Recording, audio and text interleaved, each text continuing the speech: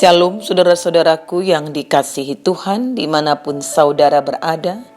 Kiranya damai sejahtera Allah melimpah dalam hati dan hidup saudara semua. Sebelum kita mendengarkan firman Tuhan, marilah berdoa. Ya Tuhan Bapa di surga, kami bersyukur berterima kasih untuk kasih penyertaan-Mu di dalam kehidupan kami. Saat ini kami dimungkinkan kembali untuk mendengarkan firman-Mu lagi. Roh Kudus-Mu kiranya menolong kami agar dapat memahaminya. Demi nama Yesus, amin. Adapun firman Tuhan, Lukas pasal 17 ayat 28 sampai 33 dan 1 Korintus 10 ayat 6. Demikian juga seperti yang terjadi di zaman Lot. Mereka makan dan minum, mereka membeli dan menjual, mereka menanam dan membangun. Tetapi pada hari Lot pergi keluar dari Sodom, turunlah hujan api dan hujan belerang dari langit dan membinasakan mereka semua. Demikianlah halnya kelak pada hari-hari di mana anak manusia menyatakan dirinya. Barang siapa pada hari itu sedang di peranginan di atas rumah dan barang-barangnya ada di dalam rumah, janganlah ia turun untuk mengambilnya, dan demikian juga orang-orang yang sedang di ladang, janganlah ia kembali. Ingatlah akan istri Lot. Barang siapa berusaha memelihara nyawanya, ia akan kehilangan nyawanya. Dan barang siapa kehilangan nyawanya, ia akan menyelamatkannya. Semuanya ini telah terjadi sebagai contoh bagi kita untuk memperingatkan kita supaya jangan kita menginginkan hal-hal yang jahat seperti yang telah mereka perbuat. Renungan kita, ingatlah akan istri Lot. Saudara-saudaraku yang dikasihi Tuhan, di dalam tradisi Yahudi mengatakan nama istri Lot adalah Adit atau Irit. Namun Alkitab tidak memberi petunjuk apapun kecuali ia dinyatakan 2 kali sebagai istri Lot. Itu pada catatan Kejadian 19 ayat 26 dan Lukas 17 ayat 32. Alkitab hanya menggunakan 13 kata untuk melukiskan kisah tentang istri Lot ini. Tetapi istri Lot yang berjalan mengikutnya menoleh ke belakang lalu menjadi tiang garam. Perempuan malang ini memiliki biografi terpendek di dalam Alkitab.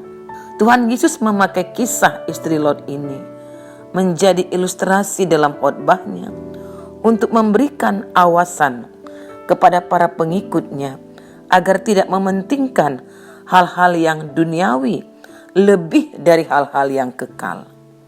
Pesan Tuhan dulu dan sekarang tetaplah sama, yaitu seperti yang disampaikan oleh kedua malaikat. Jangan berhenti, jangan menoleh ke belakang, peganglah tanganku dan berjalanlah bersamaku menuju ke tempat yang aman. Saudara-saudaraku, Allah memerintahkan kita untuk melupakan banyak hal, seperti Dia juga telah melupakan dosa dan pelanggaran kita yang sudah diampuninya. Apa yang tidak lagi diingat oleh Allah tentu harus juga tidak kita ingat lagi. Tetapi ada hal-hal yang tetap kita harus ingat dan tidak boleh kita lupakan. Seperti dalam kitab Pengkhotbah 12 ayat 1. Kita diminta untuk mengingat pencipta kita. Firman-Nya dalam Ulangan 4 ayat 5, Maliaki 4 ayat 4. kasih setianya dalam Mazmur 25 ayat 6. Dan yang paling penting adalah kematiannya yang telah menyelamatkan kita, orang berdosa ini. Inilah tubuhku yang diserahkan bagi kamu. Perbuatlah ini menjadi peringatan akan aku. Dalam 1 Korintus 11 ayat 24 dicatatkan. Yesus juga berkata, ingatlah akan istri Lot dalam renungan kita tadi di ayat 32. Mengapa kita harus mengingat istri Lot? Bukankah kita tidak pernah mendengar namanya? Mengapa kita tidak disuruh mengingat Rahel misalnya, mengingat Abigail, mengingat Esther, mengingat Ruth atau Hawa? Kita harus mengingat istri Lot karena kisahnya mengajarkan kita banyak hal tentang diri kita sendiri. Renungkanlah hak-hak istimewa yang telah diberikan kepada istri Lot. Kenal baik dengan Abraham, memiliki suami yang dikenal sebagai orang benar. Istri Lot mempunyai kesempatan untuk menyelamatkan diri, tetapi diabaikannya.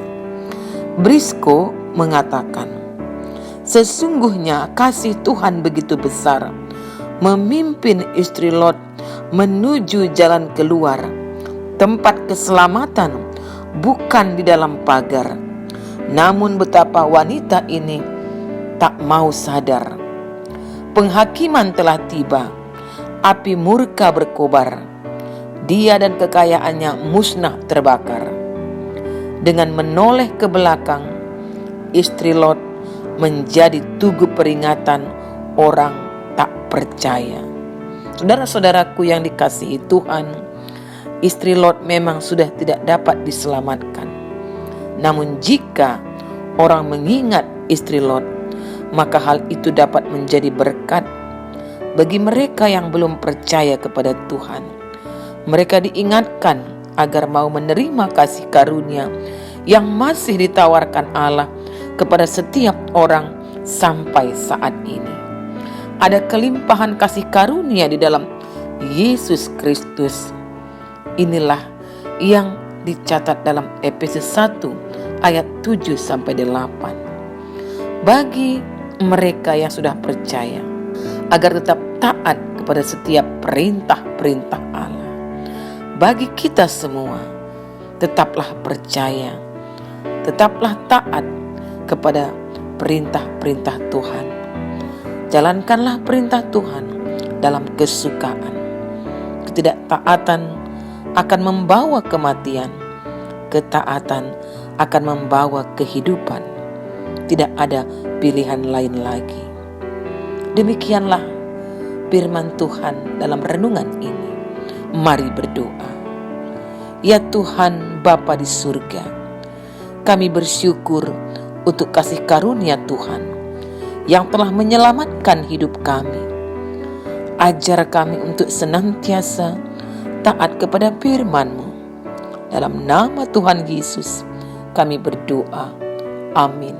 Shalom saudara-saudaraku. Tuhan Yesus memberkati.